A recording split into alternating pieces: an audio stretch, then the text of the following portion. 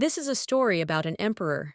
He loved new clothes, and he had different clothes for every hour of the day. One day, two men visited him. They liked money, but they did not want to work for it. "We can make wonderful cloth," they said.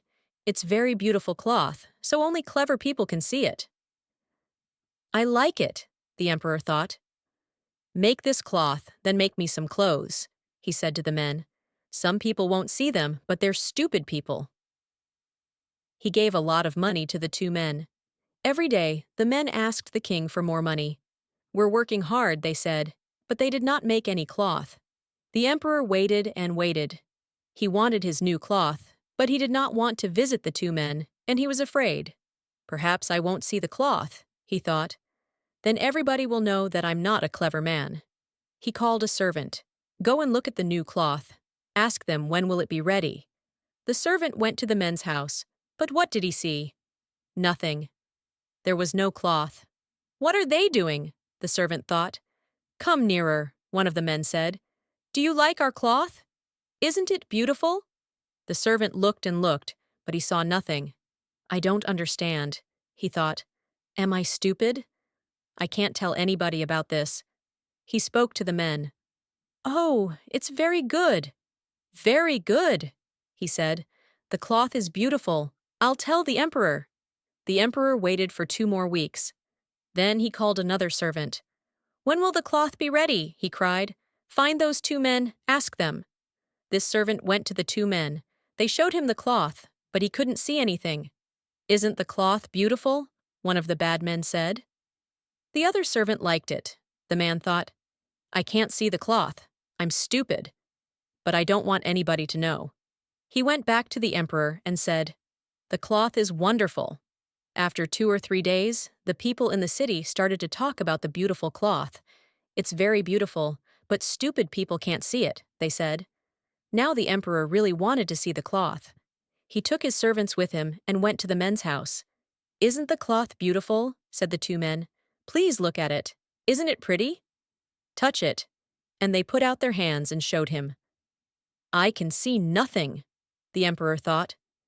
"This is very, very bad. Am I stupid? A stupid man can't be emperor." He looked at the men's hands and said to his servants, "Oh, the cloth is beautiful. I like it." The servants looked and looked, but they saw nothing. "Beautiful, lovely, very pretty," they said. "The men will make some clothes from this cloth now." The emperor happily gave the 2 men more money. That night, the 2 men did not go to bed. There were lights in every room in the house. "The emperor and his people think we're working," they thought. Next morning, they went to the palace. "The emperor's new clothes are ready," they cried. The emperor went to their house with his servants. The 2 bad men put out their arms. "Here are your clothes," the men said. "Put them on." "Yes, yes," said the servants. But they could not see the clothes. The emperor took off his old shirt and trousers. The 2 men walked round him and touched his arms and legs. "We can't see any clothes," the servants thought, but they said nothing. "You look wonderful in your new clothes," everybody cried. "They are clothes for an emperor." "I am ready now. I will walk through the streets," the emperor said. He looked at his arms and legs. "These new clothes feel very good. They aren't too big or too small." He walked through the streets with his servants and the great men of the country. People stood outside their houses or looked out of the windows. "Oh, our emperor's new clothes are very beautiful," they cried. But they thought, "We can't see any clothes. Are we stupid?" Then a little child spoke. "The emperor has no clothes." "Be quiet," his father said. But it was too late. "The emperor has no clothes," a man near the child repeated to the woman next to him. She told her friend, "The emperor has no clothes." "The emperor has no clothes," the people cried, and they started to laugh.